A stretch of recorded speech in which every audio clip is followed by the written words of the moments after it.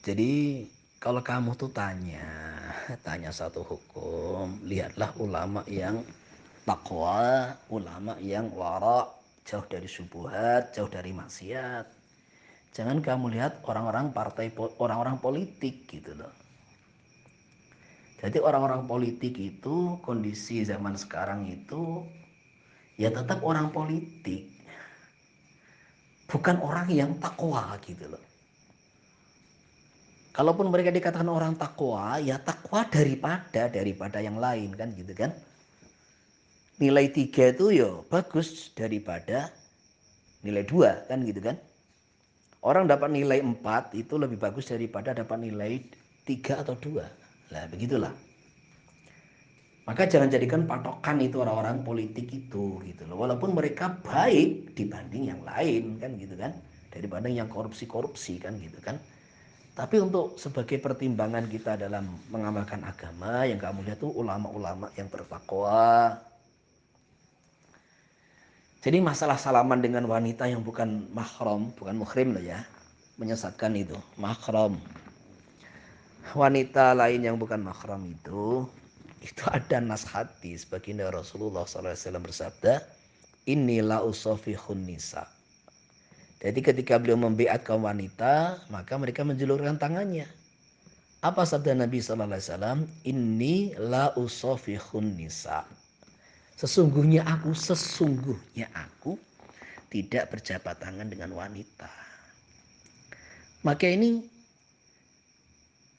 nas gitu loh. Maka disitulah sepakat 4 madhab. Itu kemarin kita bahas masail di grup alumni yang teman-teman saya yang dari Nganjuk itu. Di grup itu tidak ditemukan gitu loh. Tidak ditemukan hadis yang pun referensi fikih yang membolehkan salaman dengan wanita itu nggak ada. Cuma ada itu buku karya tulisnya Yusuf Qaradawi itu pun dicuplik oleh Basul Masel Ploso, dicuplik yang kira cocok, tidak dicuplik secara sempurna gitu loh. Bahwasanya ya terkadang dalam kondisi tertentu boleh bersalaman kondisi tertentu. Nah, tetapi itu pun tetap dengan aturan yang sangat ketat gitu loh, aturan yang sangat ketat. Nah itu tulisan Syekh Yusuf Qaradawi itu dicuplik singkat lagi sesuai dengan nafsunya gitu aja dalam Basul Masel Ploso itu. Maka saya cari referensi yang lengkap, oh enggak begitu ternyata. Jadi ini sepakat ijma ulama salaman dengan wanita bukan mahram itu haram, itu nas hadis gitu loh. Makanya lah terus bagaimana kamu? Lah kalau kamu ingin jadi orang bertakwa, cari banyak alasan gitu loh, banyak alasan. Minta maaf tidak harus bersalaman.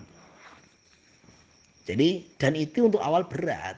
Saya sendiri dulu di kampung itu ya sebelum ke Tembore itu sudah tidak mau salaman sama wanita itu nggak mau, sepupu begitu nggak mau.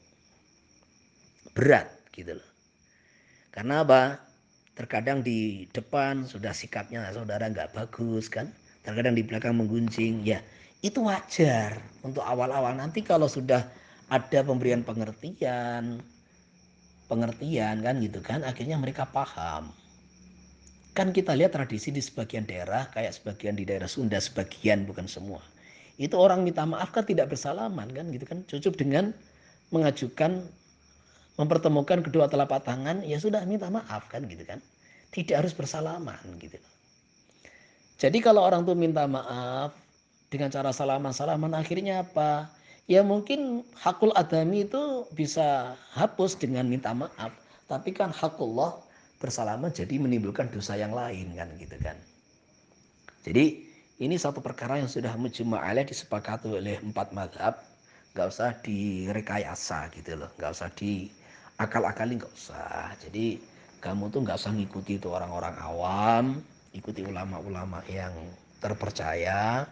Lah kalau dalam kondisi tertentu kamu gak bisa menghindari dengan masyarakat, istighfar. Jangan cari dalil seolah-olah itu boleh gitu loh. Jadi dalam kondisi tertentu, entah kaitan dengan kerabat kamu atau siapa, kamu gak bisa menghindar, istighfar. Anggap itu satu dosa gitu loh. Saya bersalaman itu satu dosa, itu nas masalahnya. Jangan terus bagaimana ya? Cari pendapat yang membolehkan tuh bagaimana ya? Kita cari mana referensi kitab yang udah, itulah namanya nafsu kan gitu kan. Namanya nafsu.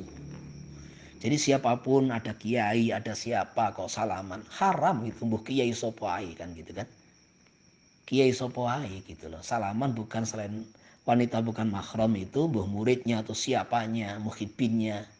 Haram gitu. Nggak ada alasan. Jadi kalau kita ini di masyarakat belum bisa menghindari, istighfar. Istighfar, rasakan itu satu dosa.